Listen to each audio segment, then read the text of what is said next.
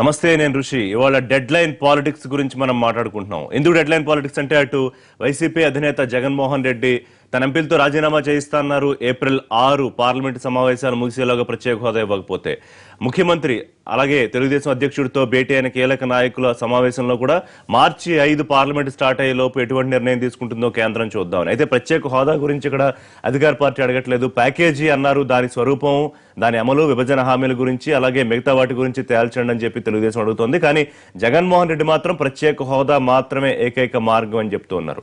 ఎందుకు ఈ పార్టీలు రెండు వాళ్ళ కేంద్రానికి కొత్తగా డెడ్ లైన్ పెడుతున్నాయి? ఈ అంశాలు ఏం కొత్తవి కాదు. గత 3-4 ఏళ్లుగా మనం 100 సార్లు మాట్లాడుకున్న అంశం. ఏం చేయబోతున్నారు డెడ్ లైన్ పాలిటిక్స్ తో? నిజంగా రాష్ట్ర ప్రయోజనాల కోసమా లేకపోతే వాళ్ళ రాజకీయాల కోసమా? అదే మాట్లాడదాం. మనతో పాటు వాళ్ళ జూపూడి ప్రభాకర్ జాయిన్ అవుతున్నారు, APSC corporation chairman, Telugu Desam party ముఖ్య నాయకులు. అలాగే విజయవాడ నుంచి లైవ్ లో ఉన్నారు మల్లాది విష్ణు, మాజీ ఎమ్మెల్యే, వైఎస్ఆర్సీపీ ముఖ్య నాయకులు.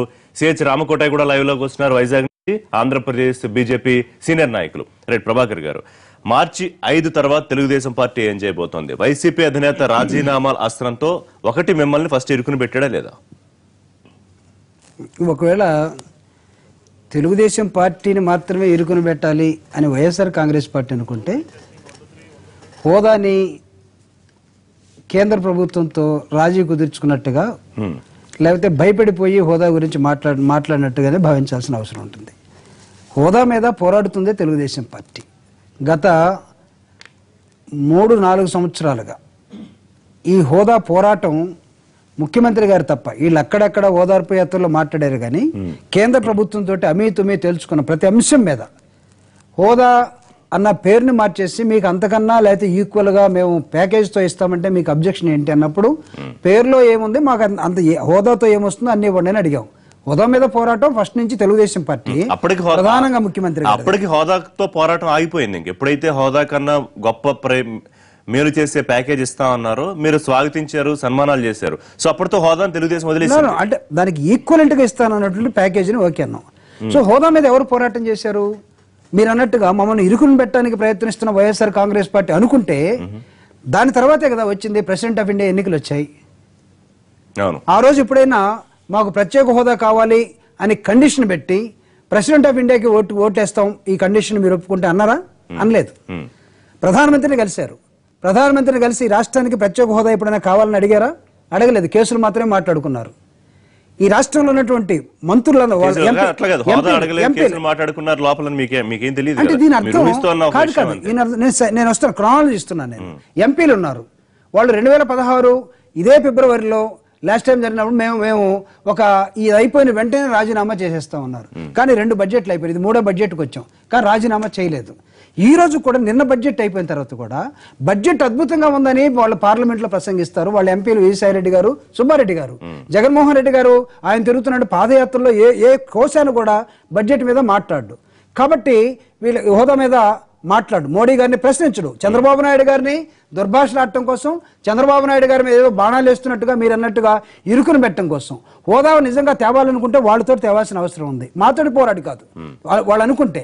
కాబట్టి వీటన్నిటిని వదిలేస్తున్నారు. కాబట్టి వాళ్ళకి హోదా అని చెప్పుకునే హక్కు లేదు. వాళ్ళు చేస్తున్న రాజీనామా అనేది పెద్ద నాటకం అని. రాజీనామా డ్రామా అనుకుందాం, లేకపోతే రాజీనామా అనేది ఎన్నికల ఎజెండా అనుకుందాం. కానీ తెలుగుదేశం ఏం చేస్తుంది? మీరు మాత్రం మార్చేది డెడ్ లైన్ కాదు, మీరు కూడా మార్చేది డెడ్ లైన్ పెట్టడానికి కారణం వస్తున్నాం. ఎందుకంటే మేము 3-4 బడ్జెట్లు చూసాం. సెకండ్ బడ్జెట్ నుంచే ముఖ్యమంత్రి గారు మా రెక్కలు విరిచే సెగరమంటున్నారంటే బీజేపీ వాళ్ళు కోపడ్డారు. ఏంటి నా ఇప్పటి నుంచే మా కండిషన్స్ పెడుతున్నాడు అన్నట్టుగా. ఏదేమైనా సరే థర్డ్ బడ్జెట్ లో మీరు చెప్పినట్టుగా రక్తం మరిగిపోతుంది దీన్ని చూస్తే. తర్వాత అసెంబ్లీలో అవసరమైతే మీకు ఒక నమస్కారం బాబు, ఇవన్నీ కూడా కంటిన్యూస్ గా రాష్ట్ర ప్రజల ప్రయోజనాల కోసం, రాష్ట్ర అభివృద్ధి కోసం ముఖ్యమంత్రి గారు మాట్లాడుతూ ఉన్నారు. మీరు ఇస్తామన్నటువంటి ప్యాకేజీని కూడా ఇదిగో మాకు నాన్సుడు ధోరణిలో ఉన్నారు, టైం లేదు అన్న దానిలో ఈ రోజు మంత్రులు కానీ ఎంపీలు మొత్తాన్ని కూడా పార్లమెంట్ లో parliamentary పంధానించుకున్నట్టు Telugu Desam party parliamentary system నుంచి బయటికి వెళ్ళిపోయి మేము పాదయాత్రలో లేము అసెంబ్లీని వదిలేసి బయటకు వెళ్ళలేదు, పార్లమెంట్ రాజీనామా చేస్తామని భయం చేయకుండా మానేయలేదు. పార్లమెంట్ సిస్టమ్ లో ఉన్నటువంటి తెలుగుదేశం పార్టీ ఖచ్చితంగా పార్లమెంట్ లో నిలదీదలుచుకున్నది. దేశవ్యాప్తంగా ఎందుకు ఎవరో తేల్చుకోవడానికి ఒక ప్రయత్నం చేస్తా ఉన్నాం.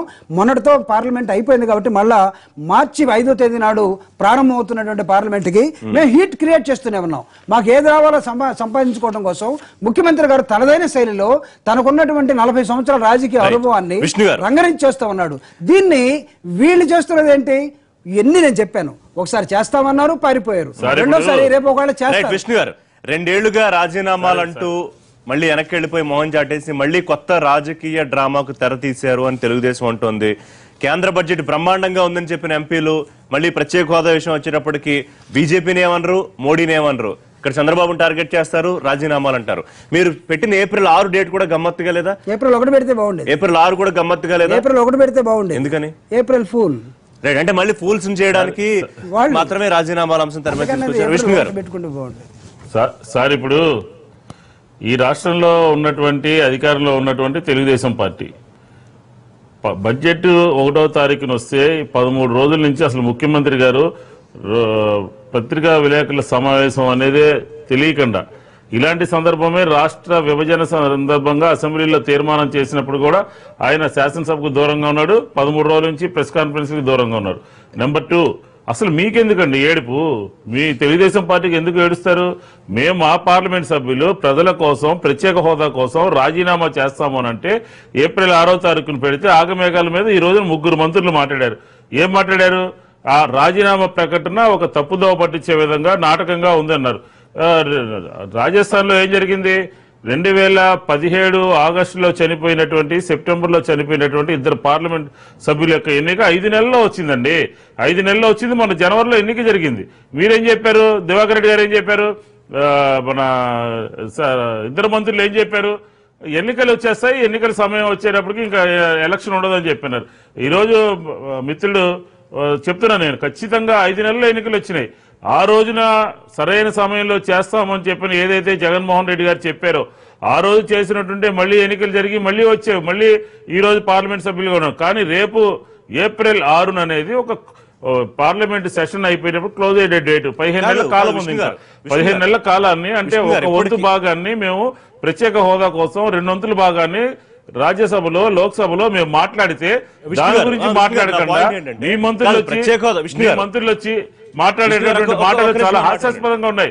ఈ రాష్ట్రానికి ప్రత్యేక హోదా కావాలా వద్దా అని చెప్పనేటటువంటి అవసరం లేదని చెప్పే విధంగా ఉంది మీ మంత్రుల యొక్క ప్రకటన. కాబట్టి మేమేమంటున్నామంటే ఈ రోజు మా ప్రకటన ఏప్రిల్ 6 ప్రకటన ఆంధ్ర రాష్ట్రంలో ఆంధ్ర రాష్ట్ర ప్రజలకి, విద్యార్థులకి, పారిశ్రామికవేత్తలకి పెట్టుబడులు తెచ్చేటటువంటి వాళ్ళందరికీ కూడా ఒక కనుగొన. విష్ణు గారు, ఆంధ్ర రాష్ట్ర మీరు అన్న ఆంధ్ర రాష్ట్ర ప్రజలు కాబట్టి దాన్ని తప్పు పట్టినటువంటి ప్రయత్నం చేస్తున్నారు. మీరు చేస్తున్నారు, సంవత్సరం క్రితం చేస్తున్నారు. నిన్నగాక మొన్న కాదు సార్ ఋషి గారు, నిన్నగాక మొన్న కాదు డెడ్ లైన్లు మీరు అడుగుతోంది ఏం కొత్త డిమాండ్ కాదు. ఏప్రిల్ 6 మీరు డెడ్ లైన్ పెట్టుకున్నా, తెలుగుదేశం మార్చి 5 డెడ్ లైన్ పెట్టుకున్నా, ఇవేమన్నా మీరు కొత్త డిమాండ్ కొత్త కోరికో కేంద్రం ముందు పెట్టారా? గత 4 ఏళ్లుగా అడుగుతున్న విషయాన్ని ఇప్పటికిప్పుడు రాజీనామాలు చేయడానికి మీకు ఏంటి అడ్డంకి చెప్పండి? కాదు, ఇప్పటికిప్పుడు ఈ రోజు ఈ నిమిషం ఎంపీలు రాజీనామా చేయడానికి సమస్య ఏంటి? బడ్జెట్ సెషన్ లో హాఫ్ పార్ట్ అయింది, హాఫ్ పార్ట్ ఉంది. ఆ పార్టీలో కూడా మేము చివరి ప్రయత్నంగా మేము లోక్సభలో మాట్లాడాలి, రాజ్యసభలో మాట్లాడాలి. మేము ఆంధ్ర రాష్ట్ర ప్రజల పక్షం నుండి పోరాటం చేస్తున్నాము. వీళ్ళకి మళ్ళీ ముఖ్యమంత్రి గారు సీట్లో ఉంటారు, కేంద్ర మంత్రులు సీట్లో ఉంటారు, రాష్ట్ర మంత్రులు సెక్రటరీలో ఉంటారు, కానీ పోరాటం చేస్తా ఉన్నారు. అంటే ఆంధ్ర రాష్ట్ర ప్రజలు ఏమన్నా తెలివి తక్కువ వాళ్ళ? ఎగ్జాక్ట్లీ అలా అనుకుంటున్నారా? అదే నా ప్రశ్న. రాష్ట్రంలో ఆంధ్ర రాష్ట్ర ప్రజలు తెలివి తక్కువ వాళ్ళు అనుకుంటున్నారా, లేకపోతే ఆంధ్ర రాష్ట్ర ప్రజల్ని ఇటు 2 పార్టీలు కలిపి పిచ్చోళ్ళని చేయాలని చూస్తున్నాయా? అదే ప్రధానమైన ప్రశ్న. రామకోటయ్య గారు, ప్రత్యేక హోదా ముగిసిపోయిన అధ్యాయం ఇప్పటికి మీరు కొన్ని 100 సార్లు చెప్పారు, కానీ అదే ప్రత్యేక హోదా ప్రధాన ఎజెండాగా రేపు జగన్మోహన్ రెడ్డి రాజీనామాలు పర్వానికి తెరదీశారు. ప్రత్యేక హోదా తప్ప ఇంకేమొద్దు, ప్యాకేజ్ అనేది ఒక బోటకం, ఒక డ్రామా అంటున్నారు.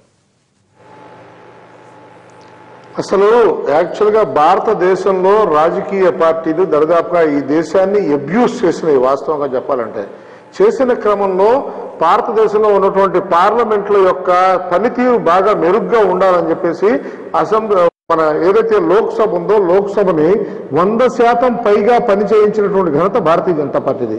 అదేవిధంగా రాజ్యసభని ఎంత కష్టపడి పనిచేయించినా 70% కంటే పనిచేయించాల. కారణం ఏంటంటే ఇక్కడి నుంచి మనం ఎన్నుకుని పంపించినటువంటి ఎవరైతే పార్లమెంటు సభ్యులు ఉన్నారో ఇలాంటి లొక్కలు అంటే ఏంటంటే మేము రాజీనామా చేస్తామంటే మేము రాజీనామా చేస్తామని కొంతమంది, లేకపోతే పార్లమెంట్లోనేమో మనకి బయటకు వచ్చి లోపలికి వచ్చి పార్లమెంట్ నడవకుండా చేసే విధానం అది ఒక విధంగా చాలా బాధాకరం. ఇప్పుడు ఏంటంటే నేను దాని గురించి మాట్లాడటం తీసి పక్కన పెడితే ఇవాళ రాష్ట్రంలో జరుగుతున్న విధానం చూస్తే చాలా బాధాకరంగా ఉంది. ఎందుకంటే మిమ్మల్ని ఎన్నుకుని ప్రజల్ని ముందుకు పంపించే కారణం ఏంటంటే మన సమస్యలు తీర్చడం కోసం ఒక ఎంపీని 5 సంవత్సరాల కాలం సమయానికి చేసి ముందుకు పంపిస్తే మేము రాజీనామా చేస్తామని ఎవరిని బెదిరిస్తారండి మీరు? వాస్తవంగా మనకు ఉన్నటువంటి స్ట్రెంగ్త్ లో 25 మందిలో ఒక 6 గనక సభ్యులు గనక రాజీనామా చేయటం వల్ల నష్టపోయేది ఎవరంటే ఆ రాజకీయ పార్టీ తప్పితే వేరే ఎవరో కాదు. కారణం ఏంటంటే రాష్ట్రంలో మాటికి రాజకీయంగా అనిశ్చిత పరిస్థితి తీసుకురావడానికి చేసేటువంటి కార్యక్రమం ఇది. తెలుగుదేశం పార్టీని భయపెట్టడానికి మన వైఎస్ఆర్సీపీ పార్టీ చేయక్కర్లేదు, అలాగే టీడీపీ పార్టీ భారతీయ జనతా పార్టీని భయపెట్టక్కర్లా. ఎందుకంటే మనకి ఏవైతే న్యాయబద్ధంగా రావాలో వీటన్నిటి మీద అన్ని పార్టీలతో కలిపి ఎట్టి పరిస్థితుల్లో ఒక కమిటీని వేయాల్సిన బాధ్యత అయితే నిజంగా ఇవాళ రాష్ట్రంలో ప్రశ్నిస్తున్నారు. జగన్మోహన్ రెడ్డి గారు గ్రామానికి నడిచి ప్రతి గ్రామంలో ఉన్నటువంటి వాళ్ళని ప్రశ్నిస్తున్నారు. ఏంటంటే ప్రత్యేక హోదా వచ్చినట్టయితే మీ అందరికీ తప్పకుండా కోహినూరు క్రౌన్ మీ మెడలో ఉంటుంది, డౌట్ లేకుండా అద్భుతంగా ఉంటుందని జగన్మోహన్ రెడ్డి గారు చెప్తున్నారు. అదర్ కారణంలో ఏం చెప్తున్నారు? జగన్మోహన్ రెడ్డి గారి ఉపన్యాసాన్ని తప్పుదో పట్టించినట్టు వెంకయ్య నాయుడు గారు 5 సంవత్సరాలు 10 సంవత్సరాలు అన్నారు. ఇదే ముఖ్యమంత్రి గారు 15 సంవత్సరాలు తిరుపతిలో. ఈ రోజున మా మీద అంటారండి.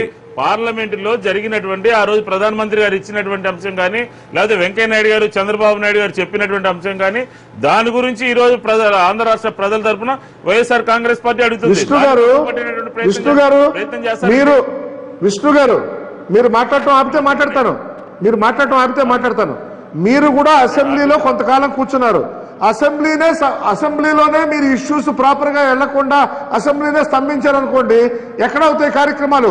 యాక్చువల్ గా ఇవాళ ఏంటంటే తెలుగుదేశం పార్టీ యాక్చువల్ గా ఏదైతే కొన్ని విషయాల మీద ఇబ్బందికరమైన పరిస్థితి ఉందో దాని గురించి వాళ్ళు చేస్తున్నప్పుడు తప్పకుండా ఆంధ్ర రాష్ట్రానికి సంబంధించిన మీరు కూడా మొన్న ప్రశ్నించారు. చాలా సంతోషంగా ఉంది. ఎందుకంటే మాకు నష్టం వస్తుందని మా పార్టీ కానీ మీ మిథున్ రెడ్డి గారు కానీ విజయసాయి రెడ్డి గారు మాట్లాడారు, అదేవిధంగా గల్లా జయదేవ్ గారు మాట్లాడారు. కానీ ఏంటంటే మనం అక్కడ చేసేది ఏంటంటే ఒక పార్లమెంటు సభ్యుడు ఏదైతే చేయాలో అది చేయాలి, అంతేగాని కొరడాలు పెట్టి కొట్టుకోవటం, లేకపోతే బుడబుక్కల వేషాలు వేయటం, లేకపోతే జంగమదేవర వేషాలు వేయటం, ఆంధ్రప్రదేశ్ రాష్ట్రాన్ని చూసి ప్రజలు నొచ్చుకుంటారు. అర్థమైందండి? అది. రెండోది ఏంటంటే మీకున్న క్యాపబిలిటీకి మీరు చేసే విధానంలో పద్ధతిగా ఉండాల్సిన అవసరం ఉంది. రెండోది ఏంటంటే ఇవన్నీ నేను చెప్పాల్సిన అవసరం లేదు, ప్రజలందరూ ఇది గమనిస్తూనే ఉన్నారు, దీని గురించి బాధ లేదు. కానీ ఆంధ్ర రాష్ట్రంలో ఉన్న ప్రజలందరూ ఒక్క నిమిషం ఋషి గారు ఒక్క నిమిషం. ఆంధ్ర రాష్ట్రంలో ఉండేటువంటి ప్రతి యువత ప్రతి ఒక్కళ్ళు భారతీయ జనతా పార్టీ ఏదో ఆంధ్ర రాష్ట్రాన్ని మోసం చేసిందనే ఫీలింగ్ లో ఉన్నారు. ఈ ఫీలింగ్ కలిగించింది ఎవరంటే ఇక్కడ ఉన్నటువంటి పాలకులు కానీ లేకపోతే మీరు మాట్లాడే విధానం వల్ల కానీ ఆంధ్ర రాష్ట్రాన్ని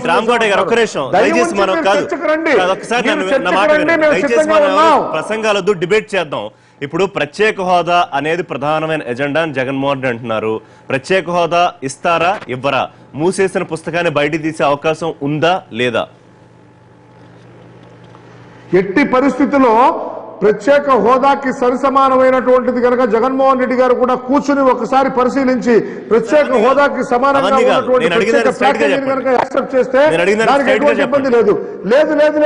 మా రాష్ట్రం ఇంకా వెనక్కి వెళ్ళాలి, ప్రత్యేక హోదా అక్కర్లేదు, రాష్ట్రం వెనక్కి, మాకు ప్రత్యేక ప్యాకేజీ అక్కర్లేదు, రాష్ట్రం వెనక్కి వెళ్తుంది, మాకేం పర్లేదు, అక్కడ 3,000 కోట్లు వస్తే ఆ 3,000 కోట్ల ప్రజల్ని మభ్య పెడతాం అనే ఉద్దేశం ఉంటే we don't mind giving you ప్రత్యేక హోదా.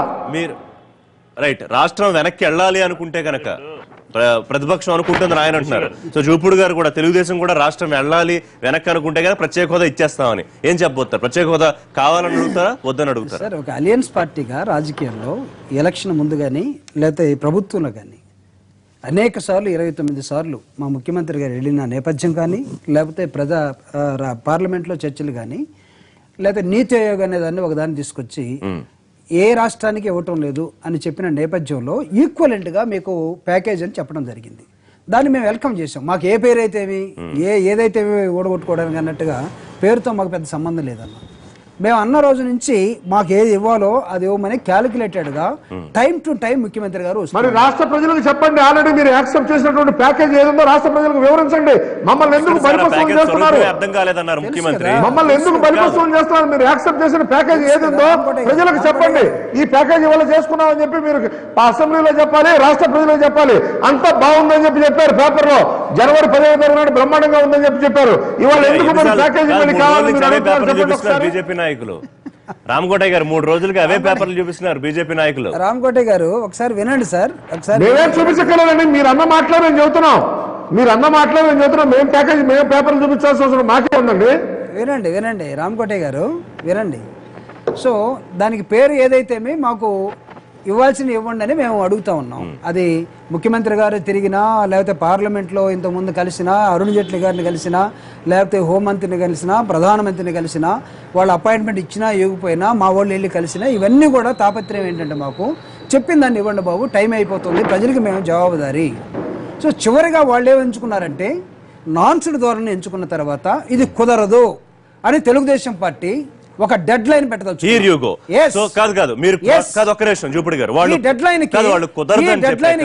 వైసీపీ అడిగిన ప్రశ్న మీకు కూడా వాళ్ళు కుదరదని చెప్పేసి ఇదిగో మేము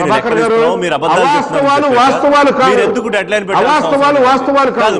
మీరు రాజీనామాలో ప్రజలు కూడా ఆలోచన మొదలెడతారు. మీరు బయటకు రావడమో, లేకపోతే టీడీపీ బీజేపీ భాగస్వామ్యం విడిపోవడమో, లేకపోతే మరో రకమైన నిరసన ఇవాళ ఎందుకు చేయట్లేదు? మార్చి 5 దాకా డెడ్ లైన్ రాజకీయం తెలుగుదేశం ఎందుకు చేస్తోంది? సరే, నేను ఇందాకే చెప్పాను, పార్లమెంటరీ పంథాలో ఉన్నటువంటి ఒక సీనియర్ రాజకీయ పార్టీ నాయకుడిగా ముఖ్యమంత్రి గారు పార్లమెంట్లో దీన్ని నిలదీస్తున్నాడు. మీరు అన్నట్టుగా డెడ్ లైన్ ఎప్పటికైపోతుంది, బయటకు ఎందుకు రావటం లేదు, ఏ సమయంలో బయటకు మా హక్కుల కోసం మా పోరాటాన్ని మేము కొనసాగిస్తూ ఉన్నాం. పోరాటాన్ని కొనసాగించే సమయంలో అనేకమైన అంశాలు ముందుకు వస్తూ ఉంటాయి. ఒక్కోసారి డైలాగ్ రావచ్చు. ఆ డైలాగ్ కి ఖచ్చితంగా ఇది కుటుంబరావు గారి నాయకత్వంలో వెళ్ళి డైలాగ్ ని ఈ లెక్కలు ఎక్కడ దాకా వచ్చాయని మాట్లాడుతూ ఉన్నాం. ఈ లోపల వాళ్ళు ఒక 27 పేజీల నోటు ఒకటి విడుదల చేశారు. అసత్యాలతో కూడినటువంటి నోటు. ఏదైతే ఇవ్వాల్సిన ఇవ్వకుండా అన్ని ఇచ్చినట్టుగా చేస్తే మేము కంపారిటివ్ స్టేట్మెంట్ ఒకటి తయారు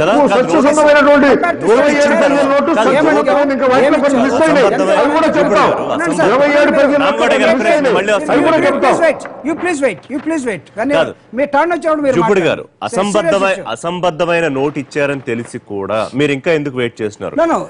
మీరు గాని వైసీపీ గాని రాష్ట్ర ప్రజల ప్రయోజనాల మీద చిత్తశుద్ధి ఉంటే వెంటనే ఎందుకు నిర్ణయాలు తీసుకోవాలి? స్కందాల మీద రాష్ట్ర ప్రజలు పెట్టినటువంటి బాధ్యత ఏదైతే ఉందో చివరి దాకా పోరాడి లాస్ట్ 10 రూపాయల దాకా మేము ఈ రాష్ట్రానికి తీసుకొచ్చే ప్రయత్నంలో ఉన్నాం.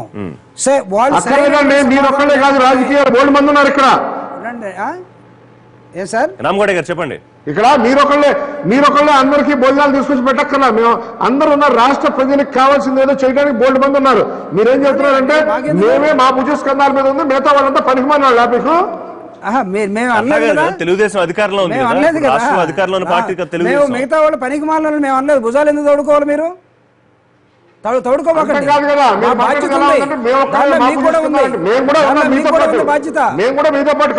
మీకు కూడా బాధ్యత ఉంది. దయచేసి మీరు వైఎస్ఆర్సీపీ వాళ్ళు తడుకున్నట్టు తోడుకోబాకండి. మీకు రోషం ఏదైనా ఉన్నట్లయితే ఈ రోషాన్ని మీరు పార్లమెంట్ లో ఇచ్చినటువంటి వాటికి తేల్చండి. ఇక్కడ మా మీద ఎగరటం కాదు, మా మాటల మీద మీరు యుద్ధాలు చేయటం కాదు. రాష్ట్రానికి ఇచ్చిన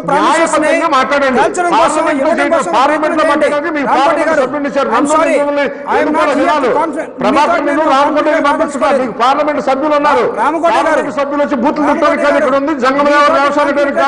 పార్లమెంట్ లో మాట్లాడే వాళ్ళు బాధ్యతనే మీరు నెరవేర్చండి. మీతోటి కాన్ఫ్లిక్ట్ నేను రాదలుచుకోలేదు. బాధ్యతను గుర్తు చేస్తున్నాం. ఆ బాధ్యత పంచుకుంటామంటే పంచుకోండి. We don't have any objection, but listen carefully what I am talking. Listen carefully. No, Mr. Prabhakar, I do accept, but whereas this is not the way. Your questioning is not correct. Your questioning is not correct. The way you are saying to the people that we are doing some mistake. We have not done any mistake to the state, but whereas you are projecting that this state, let people judge. Let people judge, my dear. We have not done any mistake. Let people judge. People judge చేయండి, ప్రజలు judge చేస్తారు. మీరు తప్పు చేశారా మేము తప్పు చేశామనేది మా భుజస్కంధాల మీద బాధ్యత ఉన్నది. ప్రజలు ఇచ్చినటువంటి బాధ్యతని నెరవేరుస్తున్నాం. మీరెవరు ఇబ్బంది పడాల్సిన అవసరం లేదు. What is that perfection? Perfection ఉంటే గొడవ అంతా ఎందుకు? పర్ఫెక్షన్ ఉంటే గొడవ మీరు చెబుతున్నారు చాలా సిస్టమేటిక్ గా చెప్తున్నారు. భారతీయ జనతా పార్టీ మోసం మేమేమి మోసం చేయలేదు, దగా చేయలేదు. ప్రజలకు ఏంటంటే మీరు చెప్పే విధానంలో స్పష్టత లేకపోవడం వల్ల అవకతలు వద్దు. ఆపండి నేను చెప్పేది వినండి. నా మీద అబ్జెక్షన్ ఉంటే మీ టర్మ్ లో మాట్లాడండి మీరు. సో మా బాధ్యతని ఖచ్చితంగా మేము ప్రశ్నిస్తాం. పార్లమెంట్ లో ఎప్పుడు దాకా ఉండాలో, ఎప్పుడు దాకా ప్రశ్నించాలో, ఎవరెవరు ఎప్పుడేం మాట్లాడో చూశారు కదా. గల్లా జయదేవరావు స్టేట్మెంట్ చూశారు కదా. అట్లనే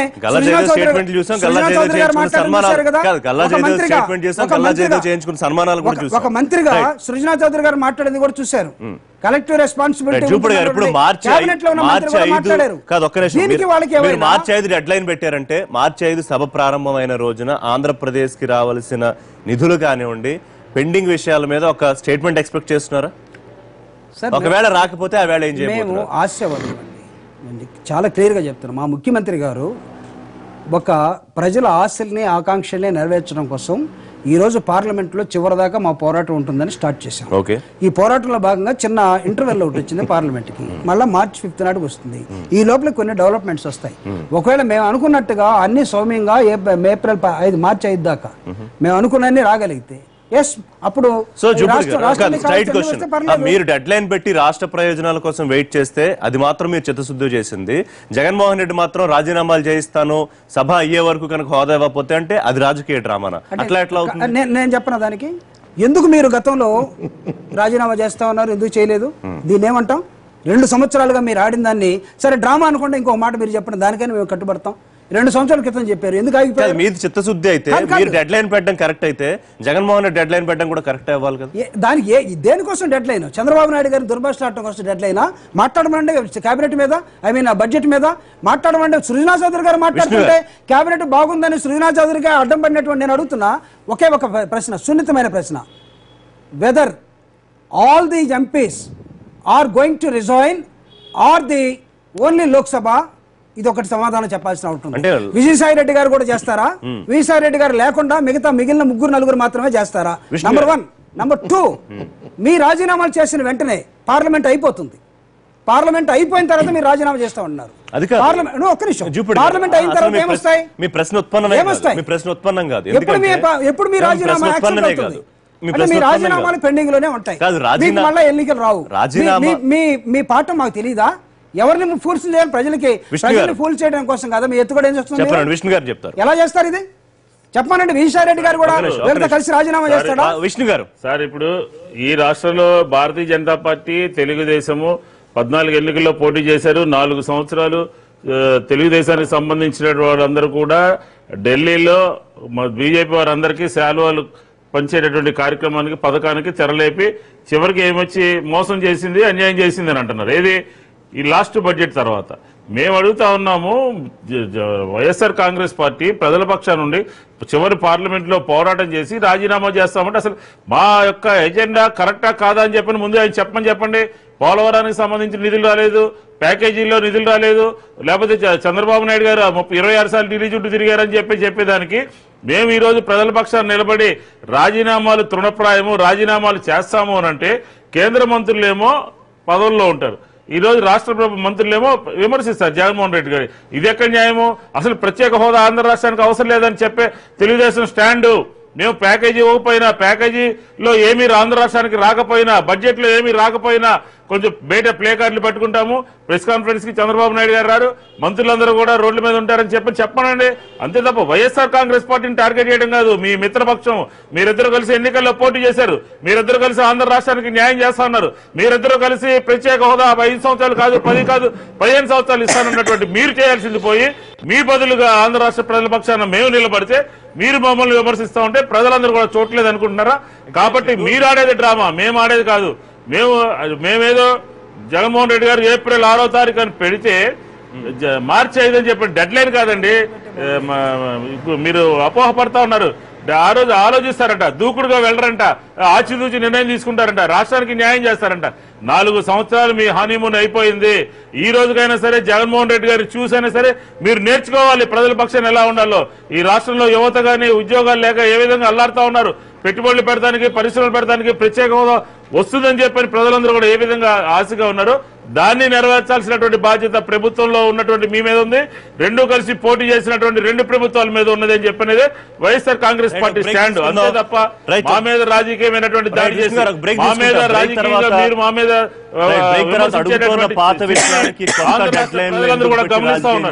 దీనివల్ల ఏం సాధించదలుచుకున్నారు అని బ్రేక్ తర్వాత మాట్లాడదాం.